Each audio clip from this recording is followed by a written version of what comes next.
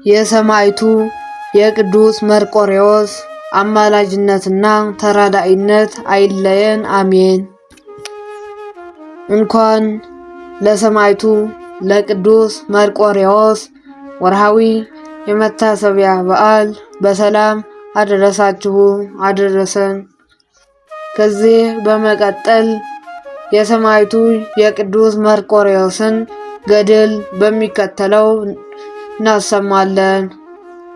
እስከ መጨረሻው እንድትከታተሉን ስንል በትህትና በሰማዕቱ በቅዱስ መርቆሬዎስ ስም እናሳስባለን። የቅዱስ መርቆሬዎስ ወላጆቹ አስሊጥ ከምትባል ሀገር ቢሆኑም እርሱ ግን ተወልዶ ያደገው በሮሜ ከተማ ነው። አያቱና አባቱ ስራቸው አውሬ ማደን ስለነበር አንድ ቀን እንደ ልማዳቸው አውሬ ሲያድኑ ከገጸ ከለባት ወገን የሆኑ ሁለት ወንዶች አግኝተዋቸው የመርቆሬዎስን አያት በሉት። አባቱንም ሊበሉት ሲሉ የታዘዘ መልአክ ከለከላቸው።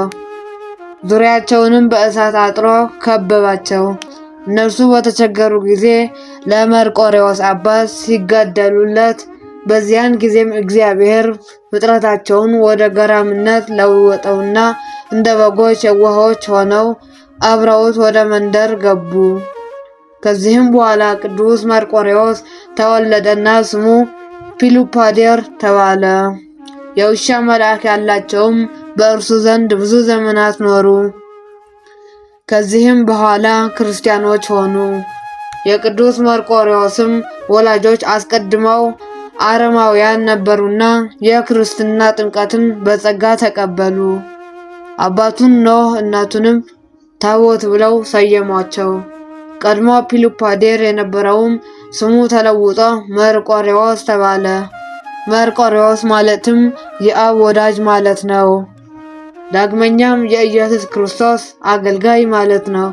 የውሻ መልአክ ያላቸው ግን መልአኩ በተገለጠላቸው ጊዜ እንደ ነገራቸው ለቅዱስ መርቆሬዎስ አባት የሚታዘዙና የሚያገለግሉ ሆኑ። ንጉሱም የመርቆሬዎስን አባትና የውሻ መልአክ ያላቸውን ዜናቸውን ሲሰማ ወታደሮቹን ልኮ በፊቱ አቆማቸው። እግዚአብሔርም የቀድሞ ፍጥረታቸውን መልሷቸው አራዊት አደረጋቸውና ንጉሱም እጅግ አስፈሩት። ንጉሱም የቅዱስ መርቆሬዎስን አባት የአራዊት ተፈጥሯቸውን ያርቅለት ዘንድ ለመነው። የቅዱስ መርቆሬዎስም አባት በለመነ ጊዜ ተፈጥሯቸው መልሶላቸው ገራሞች ሆኑ። ንጉሱም የመርቆሬዎስን አባት ገዥና የሰራዊቱ አለቃ አድርጎ ሾመው። የውሻ ፊት ያላቸውም አብረው ያገለግሉት ስለነበር ሁሉም ይፈራው ነበር። ንጉሱም የመርቆሬዎስን አባት ወደ ጦርነት ከላከው በኋላ ሳይመለስ ስለቀረ ሚስቱን ሊያገባት አሰበ። የመርቆሬዎስ አባትም የመርዶሳውያን አገሮች ሁሉ ገዢ በነበረው ንጉስ ተይዞ ቢማረክም ገዢው ክርስቲያን መሆኑን አይቶ አከበረው። ቆይቶም በሀገሩ ላይ ሾመው። ሚስቱም ጠፍታ ከሀገሯ ወጥታ ሄዳ ስለነበር ከባሏ ተገናኝተው በዚያ መኖር ጀመሩ። መርቆሬዎስም አባቱና እናቱ ከሞቱ በኋላ ንጉሱ በአባቱ ፈንታ መርዶሳውያን አገር ላይ ሾመው። መርቆሬዎስ መኳንንነት በተሾመው ጊዜ ገጸ ከለባቱ አብሮት ስለነበር ለመዋጋትም በወጣ ጊዜ የቀድሞው የአራዊት የሆነ ተፈጥሮውን እግዚአብሔር ይመልስለት ስለነበር ማንም አያቋቋመው ስለነበር ለቅዱስ መርቆሬዎስ ታላቅ የድል አድራጊነት ኃይል ተሰጠውና ዜናው በሁሉም ሀገሮች ተሰማ። በሮሜ ሀገር ጣዖትን የሚያመልከው ዳኬዎስ የተባለውም ንጉስ የበርበር ሰዎች ጋር ጦርነት ሊገጥም በወጣ ጊዜ እጅግ ሲበዙበት ፈራ። ቅዱስ መርቆሬዎስም በጦሩ መካከል የተሳለ ሰይፍ የያዘ የእግዚአብሔርን መልአክ ስላየ ንጉሱን እግዚአብሔር ያጠፋቸዋልና አትፍራ አለው። መልአኩም ሰይፉን ለቅዱስ መርቆሬዎስ ሰጠውና ጦርነቱን ድል ባደረግ ጊዜ እግዚአብሔርን አስበው አለው። ጦርነቱን ድል አድርጎ ሲጨርስም መልአኩ ድጋሜ ተገልጦለት ለምን የፈጣሪህን ስም መጥራት ረሳህ አለው። ከጦርነቱም በኋላ ንጉሥ ዳኬዎስ ለጣዖታቱ ዕጣን በማሳረግ በዓልን አደረገ። ቅዱስ መርቆሬዎስም በዚያ ስላልተገኘ ለጣዖታቱ ዕጣን በማሳረጉ እንዳልተባረረ ንጉሡ ሲያውቅ መልእክተኞችን ልኮ አስመጣው። ንጉሡም ከእኔ ጋር ለምን አታጥንም ባለው ጊዜ ቅዱስ መርቆሬዎስ ትጥቁንና ልብሱን አውልቆ ከወረወረለት በኋላ ክብር ይግባውና አምላኬ ኢየሱስ ክርስቶስን ፈጽሞ አልክደውም፣ ለረከሱ ጣዖቶችም አልሰግድም አለው። ንጉሡም ተናዶ ልዩ ልዩ በሆኑ ስቃዮችም እጅ አሰቃየው። ንጉሡም ስለ መርቆሬዎስ ብሎ የሀገሩ ሰዎች እንዳይነሱበት ፈርቶ በብረት ቸንክሮ የጰቆድያንን የእስያ ክፍል ወደ ሆነች ወደ ቂሳሪያ ከደብዳቤ ጋር ላከው። በዚያም እጅግ ካሰቃዩት በኋላም ንጉሡ ዳኬዎስ እንዳዘዘ ህዳር 25 ቀን አንገቱን በሰይፍ ቆረጡት እና የሰማዕትነት ተጋድሎውን ፈጸመ። የሕይወትንም አክሊል ተቀዳጀ። በዓለም ሁሉ አብያተ ክርስቲያናት ታነጹለት። እግዚአብሔርም ድንቅ ድንቅ የሆኑ ተአምራትን በቅዱስ መርቆሬዎስ ስም አደረገ።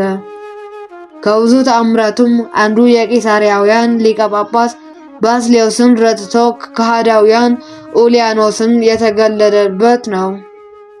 ኡልያኖስም ነግስ የክብር ባለቤት ጌታችንን ክዶ ጣዖታትን ማምለክና ክርስቲያኖችን ማሰቃየት ጀመረ። የቂሳሪያ ሊቀ ጳጳስ ባስልዮስም አስተምሮ ሊመልሰው ወደ ንጉሡ ቢመጣ ክብር ይግባውና ኡልያኖስ ጌታችንን ሰድቦ ባስልዮስንም አሰረው። ባስልዮስም በእስር ቤት ሳለ በቅዱስ መርቆሬዎስ ስዕል ፊት ጸለየ። ስዕሉም ወዲያው ተሰወረው። ያን ጊዜም ወደ ከሃዲው ንጉሥ ኡልያኖስ ዘንድ ሄዶ በጦር ወግቶ ገደለውና ወዲያውኑ ወደ ቦታው ተመለሰ። ከጦሩም አንገት ደም ይንጠፋጠፍ ነበር። ቅዱስ ባስልዮስም ከሃዲውን ንጉሥ እንደገደለው አውቆ የክርስቶስ ምስክር ጌታዬ ሆይ የእውነት ጸር የሆነ ኡልያኖስን ገደልከውን? አለው። ስዕሉንም ያን ጊዜም አዎን እንደሚል ራሱን ዘንበል አደረገ። ቅዱስ ባስልዮስም ደስ ብሎት እግዚአብሔርን አመሰገነ። ሌላው ሰማዕት ቅዱስ መርቆሬዎስ በተአምሩ ከእስልምና እምነት መልሶ ክርስቲያን ያደረገው አንድ እስላም ሰው አለ። ይኸውም የቅዱስ መርቆሬዎስ ቤተክርስቲያኑ በተሰራችበት በምስር ሀገር የሚኖር ከመሳፍንት ወገን የሆነ ወጣት ነበረ። ከብዙ ሰዎችም ጋር ሆኖ ወደ መሐመድ መቃብር ለመሄድ እንዳሰበ ለአባቱ ሲነግረው ስንቅ ስንቀው በሰላም ወደ መካ ሚዳን ሸኙት። መካ ደርሰውም ስራቸውን ፈጽመው ወደ ቤታቸው እየተመለሱ 7 ቀን ተጓዙ። በሌሊትም ሲጓዙ ስለ ስጋዊ ግዳጁ ያ እስላም ወጣት ከግመል ላይ ወርዶ ለመጸዳዳት ዘወር አለ። እነሱም አብሯቸው የሚጓዝ መስሏቸው ስለነበር ባልንጀሮቹም በበረሃ ውስጥ ትተውት ሄዱ። እርሱም ወዴት እንደሚሄድ ስላላወቀ አራዊትንም እንዳይበሉት ፈርቶ እጅግ ደነገጠ። በዚያም ጊዜ በምስር አገር በአባቱ ቤት በአቅራቢያ ያለች የሰማዕቱ የቅዱስ መርቆሬዎስን ቤተክርስቲያን አስታውሶ በልቡ ቅዱስ መርቆሬዎስን እንዲያድነው በመለመን ተሳለ። ወዲያውም ቅዱስ መርቆሬዎስ በፈረሱ ተቀምጦ ወደ እርሱ መጣና ከወዴት ነህ? ከዚህ በረሃ ውስጥስ እንዴት ጠፋ? አለው። ወጣቱ እስላምም የሆነውን ነገረው። ቅዱስ መርቆሬዎስም እና በኋላዬ በፈረሱ ላይ ተፈናጠጥና አለውና በአየር ላይ እየበረረ በምስር ሀገር ወዳለች የቅዱስ መርቆሬዎስ ቤተክርስቲያን ውስጥ እንደ ዓይን ጥቅሻ አደረሰውና እንደተዘጋጀች በውስጡ አስገባውና ከእርሱ ተሰወረ። ይህም ወጣት በኋላ አምኖ ተጠምቆ ብዙ ሰማዕትነት ተቀብሏል። ገዳምም ገብቶ ብዙ ከተጋደለም በኋላ እንደገና ወደ ሀገሩ ተመልሶ ብዙዎችን ወደ ክርስትና መለሰ። የሰማዕቱ የቅዱስ መርቆሬዎስ አማላጅነትና ተራዳኢነት አይለየን ለዘላለሙ አሜን። ከዚህ በመቀጠል በሰኔ 25 ቀን የሚነበበውን ስንክሳር በሚከተለው እናሰማለን። እስከዚህ ድረስ ቪዲዮውን ከተከታተላችሁት ቪዲዮውን ላይክ፣ ቻናሉን ደግሞ ሰብስክራይብ በማድረግ ድጋፋችንን እንድታግዙ ስንል በትህትና በሊቀ ሰማዕቱ በቅዱስ መርቆሬዎስ ስም በትህትና እናሳስባለን። ቅዱስ ኢያሱ ነቢይ ወመስፍን። በዚህች ቀን የታላቁ ነቢይና መስፍን የነቢያት አለቃ የሙሴ ደቀ መዛሙር የነዌ ልጅ የኢያሱ የዕረፍቱ መታሰቢያ ቀን ነው። ይህም ከታናሽነቱ ጀምሮ ለሙሴ በአንገቱን ዝቅ አድርጎ የሚታዘዝ ፍጹም ትሑት ሆነ። ስለዚህም በሙሴ ላይ ያደረ መንፈስ ቅዱስ አደረበት። ነቢዩ ሙሴም ካረፈ በኋላ በእግዚአብሔር ትእዛዝ የእስራኤልን ሕዝብ ተረከባቸው። እግዚአብሔርም ኢያሱን እንዲህ አለው፣ ከሙሴ ጋር እንደኖርሁ ከአንተም ጋር እኖራለሁ። ጽና በርታ። ለባለሟል ሙሴ ያዘዝሁትን ሕጌን ጠብቅ፣ ከእርሱም ፈቀቅ አትበል። ሕጉንም ትጠብቀውና በሱም ትጸና ዘንድ በውስጡም የተጻፈውን ታደርገው ዘንድ በቀንም በሌሊትም አንደበትህ ማንበብህ አያቋርጥ። የኢያሱ ልቡ ጸና። ሰላዮችንም ወደ ኢያሪኮ ላከ። ሀገሪቱንም አይተው ሲመለሱ የኢያሪኮ ሰዎች አዩአቸው። ሰላዮችም እንደሆኑ አውቀው ተከተሏቸው። እነርሱም ረዓብ በሚሏት አመንዝራ ሴት ዘንድ ተሸሸጉ። እርሷም ሰወረቻቸው። እነርሱም በሚመጣ ጊዜ ከቤተሰቦቻቸው ከዘመዶቿ ጋር እንደሚያድኗት ቃል ገቡላት። በደህናም ሸኘቻቸው። ከዚህም በኋላ ኢያሱ ሕዝቡን ሁሉ የዮርዳኖስን ወንዝ አሻገረ። ካህናቱ የእግዚአብሔርን ታቦተ ሕግ ተሸክመው በዮርዳኖስ ወንዝ መካከል ቆመው የእስራኤል ሕዝብ ሁሉ እንደሚሻገሩ ድረስ የወንዝን ውሃ እግዚአብሔር እንደ ግድግዳ አቁሞት ነበርና። ከዚህም በኋላ ደግሞ በግንብ የተከበበች ኢያሪኮን 7 ቀን ዞሯት። ከእርሱም ጋር የልዑል ታቦተ ሕጉ ነበረች። ቅርሶቿንም አፈረሰ። በውስጧም የሚኖሩ አሕዛብን ሁሉ ከንጉሷ ጋር ገደለ። ሁሉንም አጠፋቸው። አሕዛብ ሁሉ የእስራኤልን ልጆች ፈሯቸው። ከመፍራታቸውም ጽናት የተነሳ የገባዖን ሰዎች ተንኮል አደረጉ። ስንቃቸውንም ሰንቀውና አዘጋጅተው መጡ። አሮጌ አቁሞዳቻቸውና ያረጁና የተቀደዱ የተቀመሙ የወይን ረዋቶችን በትከሻቸው ተሸክመው ጫማቸውንም ያረጀና የተተከበተ ነበር። ልብሳቸውም በላያቸው ያረጀ ነበር። ለስንቅም የያዙት እንጀራ የደረቀና የሻገተ ነበረ።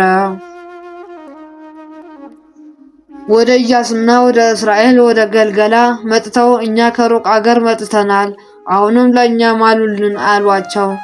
የእስራኤልም ልጆች ኤዊያውያን ከእናንተ ጋር እንዴት መሐላን እንምላለን? አሁንም በአቅራቢያችን ትኖሩ እንደሆነ ተጠንቀቁ አሏቸው። ኢያሱንም እኛ ከሩቅ አገር የመጣን ባሮችህ ነን አሉት። እርሱም ከወዴት ናችሁ? ከወዴትስ አገር መጣችሁ? አላቸው። እነርሱም እኛ ባሮችህ በፈጣሪ በእግዚአብሔር ስም እጅግ ከራቀ አገር መጣን። በግብፃውያንም ያደረገውን ሁሉ በዮርዳኖስ ማዶ በሚኖሩ በሁለቱ በአሞሬዎን ነገሥታት ያደረገውን ሁሉ ሰምተው መጥተናል አሉት። የአገራችን ሰዎች ሁሉና አለቆቻችን ለመንገስ ስንቅ ያዙት፣ ትቀበሏቸውም ዘንድ ሂዱ። እኛ ባሮቻችሁ ነን፣ አሁንም ለእኛ ማሉልን በሏቸው አሉን። እነሆ ወደ እናንተ እንመጣም ዘንድ ከቤታችን ወጣንበት ቀን ይህ እንጀራችን ትኩስ ነበር፣ አሁን ግን ሻግቷል ደርቋልም። ይህ የወይን ረዋት አዲስ ሳለ መላልንበት፣ አሁንም ግን ተራቁቷል አርጅቶም ተቀድዷል። መንገዳችን እጅግ የራቀ ነውና ይህም ልብሳችን ይህም ጫማችን አርጅቷል አላቸው። መኳንንቱም ስንቃቸውንም ተቀብለው አዩ፣ የእግዚአብሔርንም ቃል አልጠየቁም። ኢያሱም ከእነርሱ ጋር ሰላምን አደረገ፣ ሊያድናቸውም ከእነርሱ ጋር ቃል ኪዳን አደረገ። የሕዝቡ አለቆች ማሉላቸው። ከዚህም በኋላ ለእስራኤል ልጆች ሁሉ ርስትን አካፈላቸው። ያለ እውቀት በስህተት ሰው የተገደለ በውስጡ ይማጠን ዘንድ 7 መማፀኛ ከተሞችን እግዚአብሔር እንዳዘዘው ሰራ። ዕድሜው 120 በሆነው ጊዜ የእስራኤል ልጆች ሰበሰባቸው። የኦሪትን ሕግ እንዲጠብቁ በአምልኮተ እግዚአብሔርም እንዲጸኑ ትእዛዞችንም እንዳይተላለፉ አዘዛቸው። እንዲህም አላቸው፣ እርሱ ፈጣሪያችን ቀናተኛ ነውና ጣዖት ብታመልኩ ያጠፋችኋል፣ ሕጉን ብትጠብቁ ግን የበረከት ልጆች ትሆናላችሁ። ከዚህም በኋላ በሰላም አረፈ። ያዕቆብ ከኤሞር ልጆች በሞተ በጎች በገዛው ናብሎስ በሚባል ቦታም ተቀበረ። 30 ቀኖችንም ያህል ታላቅ ለቅሶ አለቀሱለት። ለእግዚአብሔር ምስጋና ይሁን፣ እኛንም በቅዱሳኑ ጸሎት ይማረን፣ በረከታቸው ከእኛ ጋር ትኑር ለዘላለሙ አሜን። ወስብሐት ለእግዚአብሔር ወለወላዲቱ ድንግል ወለመስቀሉ ክቡር። ይቆየን።